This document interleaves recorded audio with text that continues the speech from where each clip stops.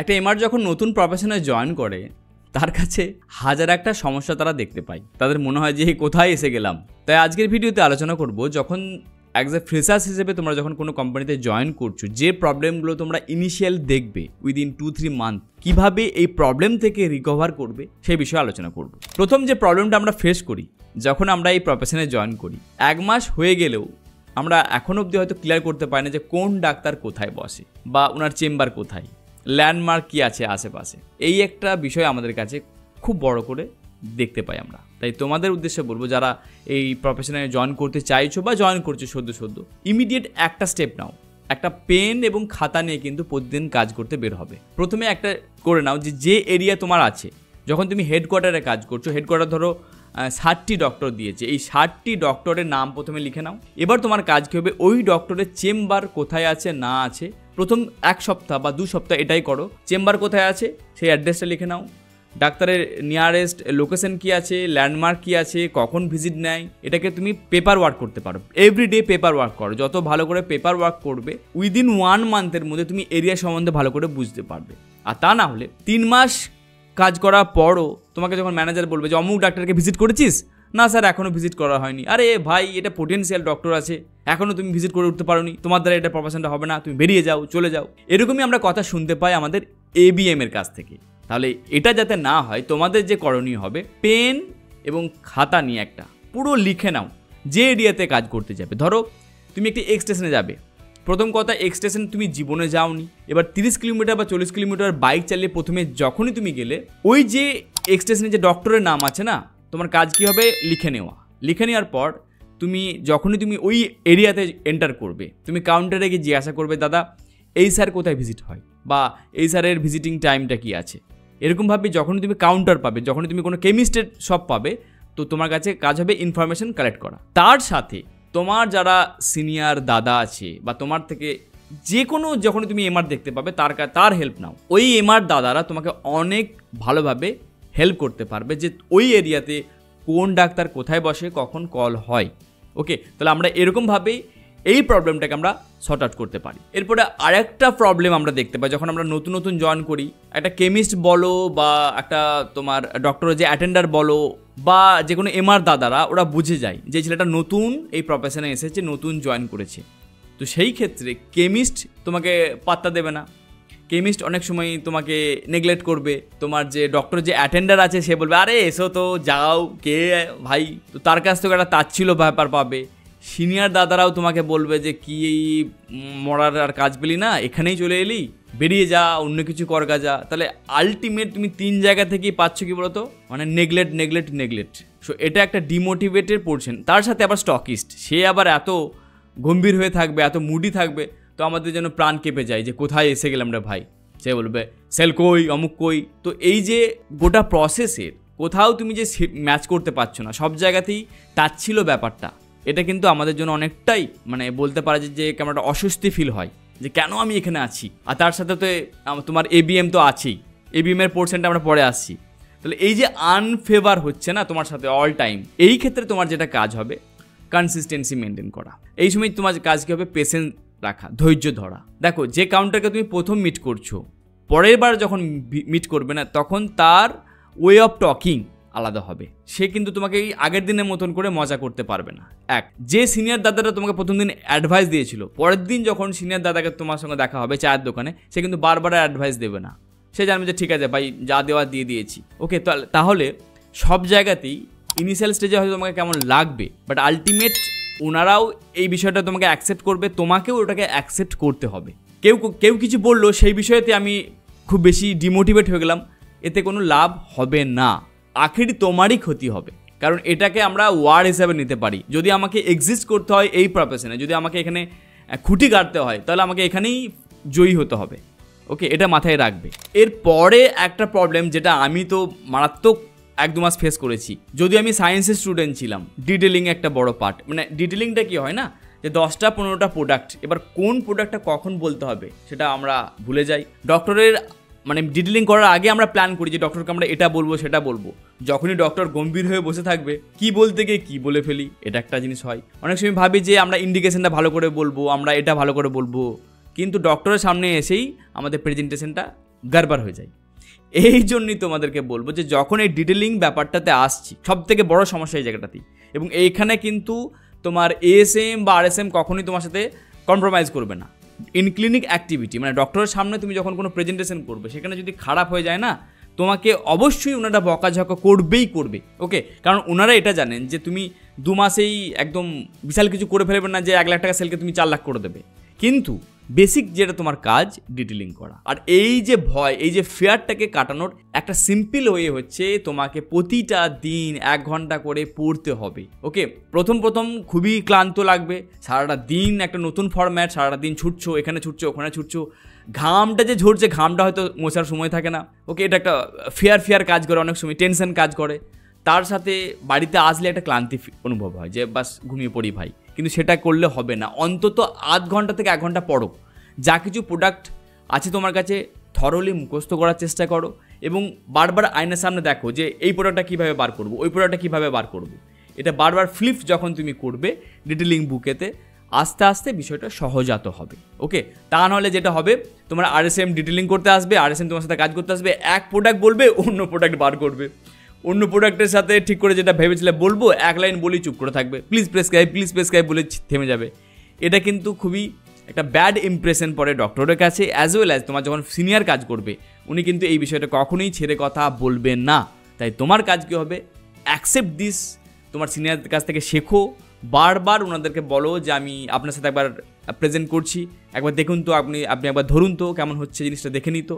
এটা কিন্তু করতে আমাদেরকে হবে ইনিশিয়াল 2-3 মাস, তারপরে আস্তে আস্তে আমরা এটাকে ইউজ টু হয়ে যাব। আর একটা সমস্যা আমরা এই প্রফেশনে দেখতে পাই, ধরো তুমি জয়েন করেছো 2 মাস হলো, এবার তোমার কাজ আছে হেডকোয়ার্টারে যে কাজ আছে, কোন ডাক্তারকে করবে কোন ডাক্তারকে করবে না, কি করা যায়, তোমার মাথা থেকে কি ব্ল্যাঙ্ক, তোমার মাথা কোনো কাজই করে না। তো এটা একটা বড় সমস্যা। আমরা এটাকে বলতে পারি যে আমাদের ডক্টরের যে কল ম্যানেজমেন্ট, এটা অনেকের ঠিক করে স্ট্রং হয় না 2 মাস কাজ করার পরও। তাই ডক্টরের কল ম্যানেজমেন্টকে আমরা স্ট্রং করার জন্য যেটা করব, প্রি কল প্ল্যানিং টেকনিককে ইউজ করব। প্রি কল প্ল্যানিং টেকনিক বলতে, ধরো তোমার সোমবারে কোন ডক্টরকে তুমি প্ল্যান করবে, ভিজিট করবে, এটাকে তোমার জন্য আগের দিনে লেখা থাকে। আর এটাও আবার তখনই সম্ভব হবে যখন তুমি অল যে ডক্টরগুলো আছে, মানে ধরো তোমার 120টা ডক্টর আছে, এই যে 120টা ডক্টর যে লিস্ট আছে হেডকোয়ার্টারে, তুমি যখন সোমবারে কাজ করবে, সোমবারে কোন কোন ডক্টরকে পাবে এটা তোমাকে আলাদা করে নিতে হবে। মঙ্গলবার তুমি যদি হেডকোয়ার্টারে কাজ করো, কোন কোন ডক্টরকে পাবে, এক্সটেশনে ধরো বুধবারে কাজ করতে গেলে কোন কোন ডক্টরকে পাবে। তাহলে এই যে ডেট ওয়াইজ তুমি কোন কোন ডক্টর পাবে প্রথমে একটা লিস্ট করে নাও। ওই লিস্ট থেকে যখন তুমি দেখছো যে আমি সোমবারে আমি হেডকোয়ার্টারে কাজ করব, তাহলে ওখান থেকে তুমি পিক করো যে এই ডক্টরগুলোকে পাবো। এবং তারপরে যেটা কাজ কি হবে, টাইম অনুযায়ী সেট করে নেওয়া। 10টার সময় করে একটা ডক্টর ভিজিট হয়, আবার দেখা গেলো যে 12টার সময় একটা হয়। তাহলে প্রথম তোমার লিস্টে থাকবে কি, যে ওই ডক্টরটা যেটা 10টার সময় ভিজিট হয়, তারপর 12টার সময় যে ডক্টরটা ভিজিট হয় তার নামটা, এরকমভাবে পরপর রাত্রি 8টার সময় যে ডক্টরটা ভিজিট হয় ঠিক পরপর সিরিয়াল ওয়াইজ তুমি লিখে নাও। তাতে তোমার প্ল্যানিং তৈরি করতে বা ওই প্ল্যান অনুযায়ী কাজ করতে সহজ হবে। আর তা না হলে কী হবে বলো তো, যে তুমি কাজ করতে বেরিয়ে গেছো, হেডকোয়ার্টারে কাজ করতে বেরিয়ে গেছো, তুমি জানো না, মানে অ্যাবসার্ড, তুমি ভাবছো একবার এই চেম্বারে গেলাম, আচ্ছা হলো না, ঠিক আছে ওই চেম্বারে গিয়ে দেখি, আবার ওই চেম্বারে দেখি। এটা কিন্তু খুব প্রবলেম ক্রিয়েট করে। আর সবথেকে বড় কথা, যখন তোমার সাথে আরএসএম বা জিডিএসএম কাজ করবেন, ডেফিনেটলি উনি কিন্তু দেখবেন যে তোমার কল ম্যানেজমেন্ট কেমনভাবে তুমি তৈরি করেছো। উনি কখনোই চাইবে না যে এমন একটি ডক্টরের চেম্বারে যাও যেখানে তুমি জানোই না যে ডক্টরটা কখন ভিজিট করেন। ওকে, তুমি চলে গেছো 10টার সময় করে, কিন্তু ভিজিট হয় কটার সময় করে, 12টার সময় করে। তাহলে উনি বলবেন যে তুমি জানোই না যে 10টার সময় ভিজিট হয় না 12টার সময় ভিজিট হয়, হঠাৎ করে এখানে কেন নিয়ে এলে আমাকে এমন একটা ডক্টরের কাছে নিয়ে যাও যে ডক্টরটার ভিজিট 10টার সময় হয়। তাহলে এই প্রবলেমগুলো আমরা যখন এই প্রফেশনে জয়েন করি, ফ্রেশার্স হিসেবে প্রবলেম ফেস করি।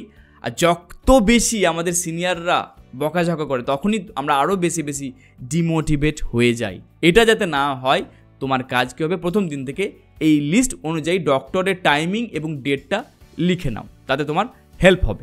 এরপরে আরেকটা প্রবলেম একটা ফ্রেশ ক্যান্ডিডেট দেখতে পাই, এবিএম যখন তার সাথে কাজ করে, এবিএম কি করে, এবিএম চাইবে যে ছেলেটা যত তাড়াতাড়ি রেডি হয়ে যাবে। উনি 10 বছর 15 বছর এই প্রফেশনে আছেন, 10-15 বছর মার্কেটে আছেন, এবং উনি মার্কেটের ভাষা বলবেন। উনি অনেক বেশি ম্যাচিওর, অনেক বেশি ক্যালকুলেট পারসন, অনেক বেশি সিস্টেম ওয়াইজ পারসন। তুমি কি আছো, তুমি 2 মাস আগে অবধি স্টুডেন্ট ছিলে, ঘরে বসে ল্যাব খেতে, ঘুমাতে, কিছুই কাজ ছিল না, আড্ডা মারতে, সিনেমা দেখতে যেতে। হঠাৎ করে যখন প্রফেশনে আসবে তো তোমার কাজের মধ্যে ওই রকমভাবে প্রফেশনাল ব্যাপারটা আসবে না, টাইম ম্যানেজমেন্ট প্রপার হবে না, অনেক কিছু বিষয় থাকবে যেটা তোমার বিহেভিয়ারটা এবিএমকে বা এএসএমকে খারাপ লাগবে। আর যার ফলে উনি কিন্তু তোমাকে প্রতিটা মুহূর্ত টোকা মারবে, এটা করো সেটা করো, এটা বলেছিলাম করেছিলে না, আমি তো ভুলে গেছি। ভুলে গেলেই হবে?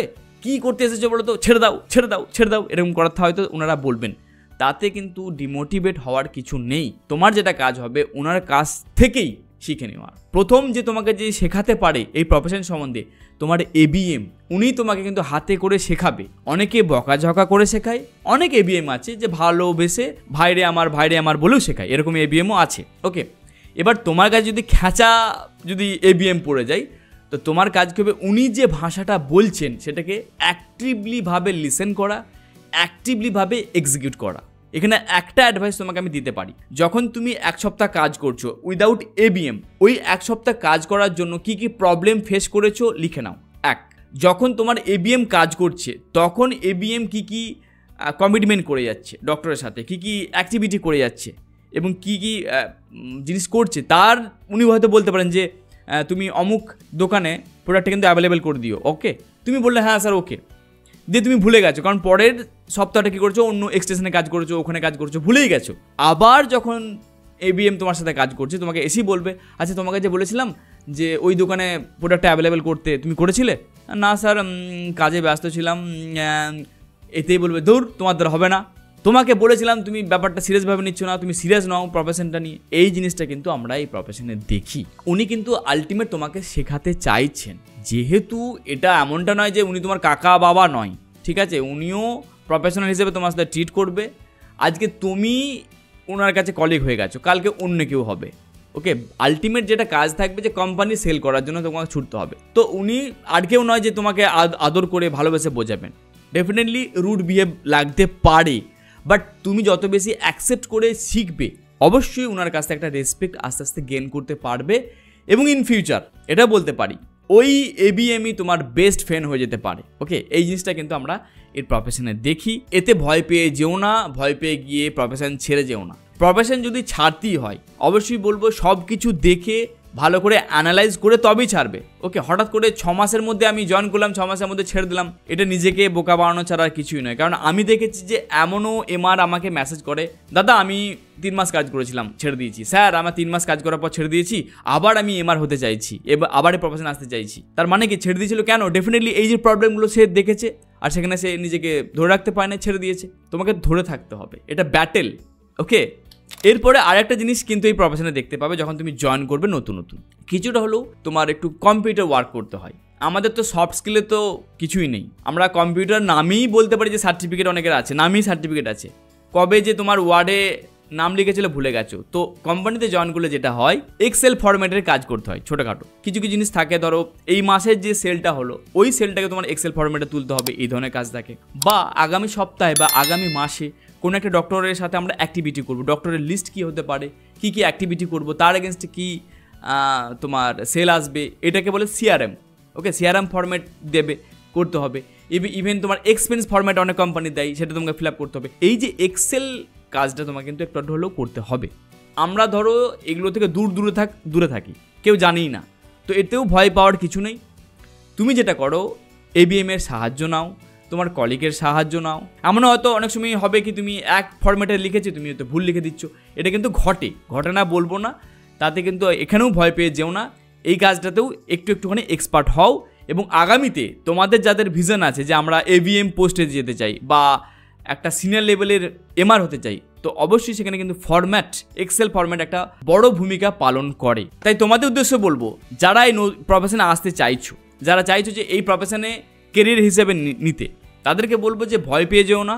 এই প্রবলেমগুলো তোমরা কিন্তু দেখতে পাবে, তোমাকে এই প্রবলেমকে ফেস করতে জানতে হবে। তাই যারা নতুন এই প্রফেশনে জয়েন করেছো বা করবে, তাদের উদ্দেশ্যে বলবো যে ভয় পাওয়ার কিছু নেই। প্রবলেম তো তোমরা ফেস করবেই প্রতিটা দিন, শেখো, জানো, বোঝো, তার মধ্যেই তুমি নিজেকে গ্রোথ দেখতে পাবে। ভিডিওটা কেমন লাগলো অবশ্যই কমেন্ট করে জানিও। পরের ভিডিওতে আবার দেখা হবে। Thank you very much.